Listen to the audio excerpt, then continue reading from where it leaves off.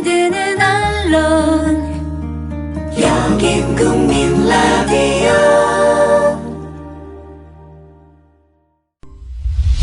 지금 여러분께서는 정치평론가 이강윤이 진행하는 이강윤의 오늘을 듣고 계십니다.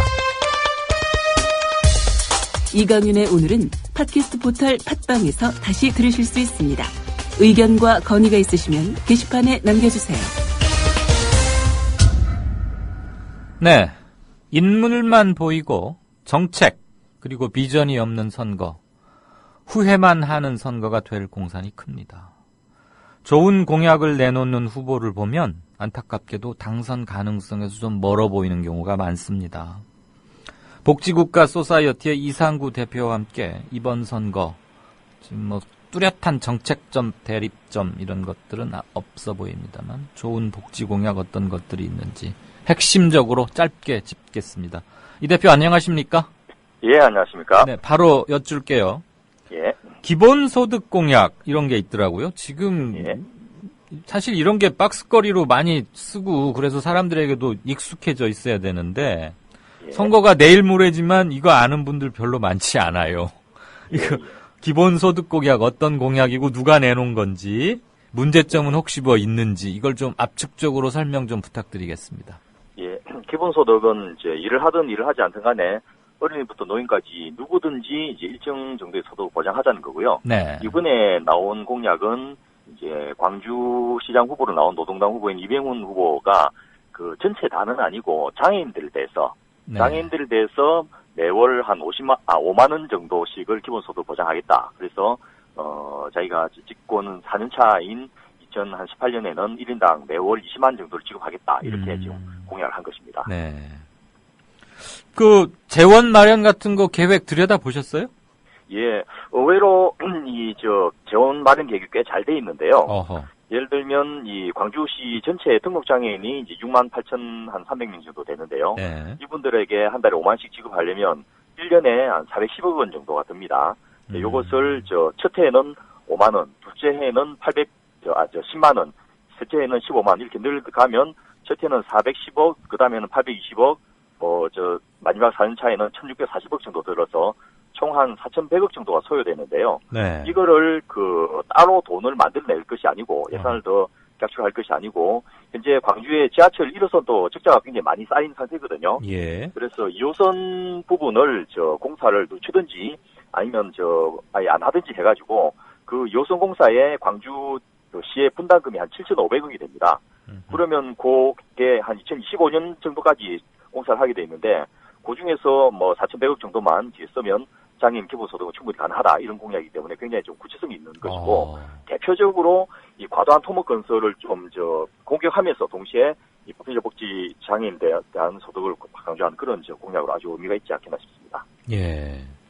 이런 건 말이에요. 예. 광주에서 노동당 후보가 시장에 당선될 가능성은 정말 낙타가 바늘구멍 통과하기보다 더 힘들 텐데 예. 누가 시장이 되건 강훈태 후보가 되건 윤장인 후보가 되건 이렇게 좋고 잘 만들어져 있고 하는 거는 부끄럽다고 창피하다고 생각 말고 상대 타당 후보지만 자기 책상에 딱 갖다 놓고 요모조모 잘 따져서 참 고맙게 쓰겠다. 우리 그런 문화로 좀 올라가도 되는데 그죠?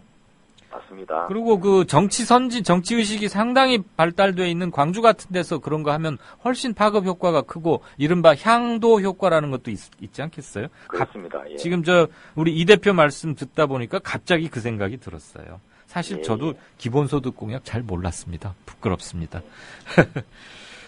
김영배 서울 성북구청장이 내건 생활임금 공약은 제가 꽤 오래전이긴 하지만 우리 청취자분들께 소상히 말씀을 한번 여쭌 적이 있거든요. 예. 일단 이 용어도 좋고 아마 몇몇 분들 기억해 주시라고 믿고 그렇게 예. 어려운 개념은 아니어서 이 질문은 건너뛰겠고요. 또다시 노동당 얘기네요. 누가 요 대목만 들으면 무슨 종북방송인 줄 알겠다. 노동당 서울시당이 상가 세입자 전담 피해 구제 기구를 만들겠다. 그러니까 이제 임대차 보호법만 가지고는 좀 약하고 이런 모양이죠. 그래서 그걸 했다는데 그것도 좀 짧게 부탁드릴까요?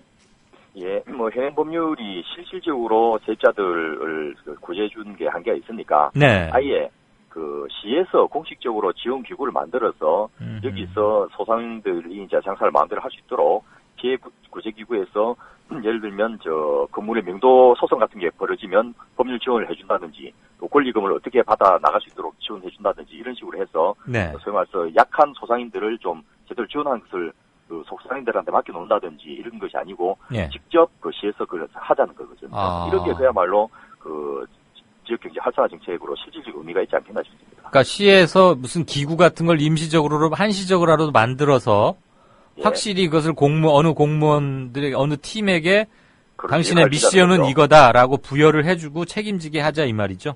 예, 그렇습니다. 결국은 이것도 제도화시키자는 마찬가지로 굉장히 좀 얘기구나. 해볼 만한 정책이 아닌가 싶습니다. 네. 우리 이 대표님이 어느 쪽에 관심을 갖고 있는지 대충 감이 잡히네요. 워낙 이쪽에 스터디가 많으시고 평소에 일관되게 주장해 오시니까 예. 이번 선거 각당이라고 해봐야 지금 큰 두 당하고 한 나머지 두세 개 당일 텐데 복지 공약 어떤 식으로들 점수 매기고 계시는지를 마지막 질문으로 드리고 싶습니다.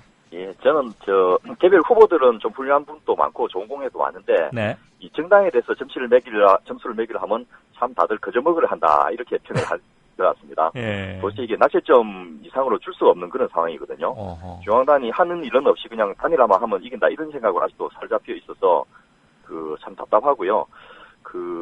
지금 2010년 선거는 그래도 무상급식이 이슈가 되면서 그렇죠. 전국적으로 파급 효과가 굉장히 있었고 네. 적어도 무상급식 이후로 매년 2조 5천억 정도는 이제 토목 건설에 안 쓰고 주민들 생활 지원에 쓰게 됐지 않습니까? 그리고 사람들에게 개념을 바꿔줬잖아요.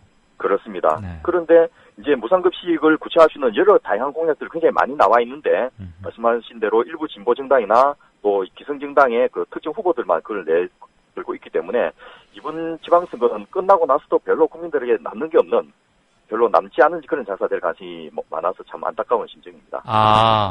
이슈나 숙제 이런 네. 생각할 거리를 던져주는 선거가 못 되고 있다 지금 이 말씀이죠. 그렇죠. 선거라는 게 이제 축제고 국민들의 의사를 반영할 수 있는 4년 만에 돌아온 유일한 기회인데 이때 국민들의 뜻을 맞는 것이 공약이 되고 이슈가 되면 예. 그만큼 나아가는 거거든요.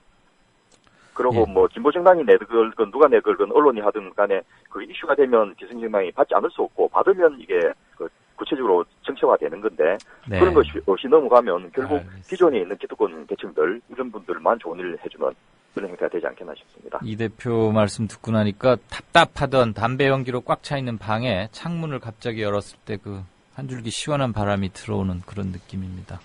오늘 시간이 짧아서 죄송하고 안타깝습니다. 고맙습니다. 예, 감사하십시오. 네, 지금까지 복지국가소사이어티 이상구 대표였고요. 국민 라디오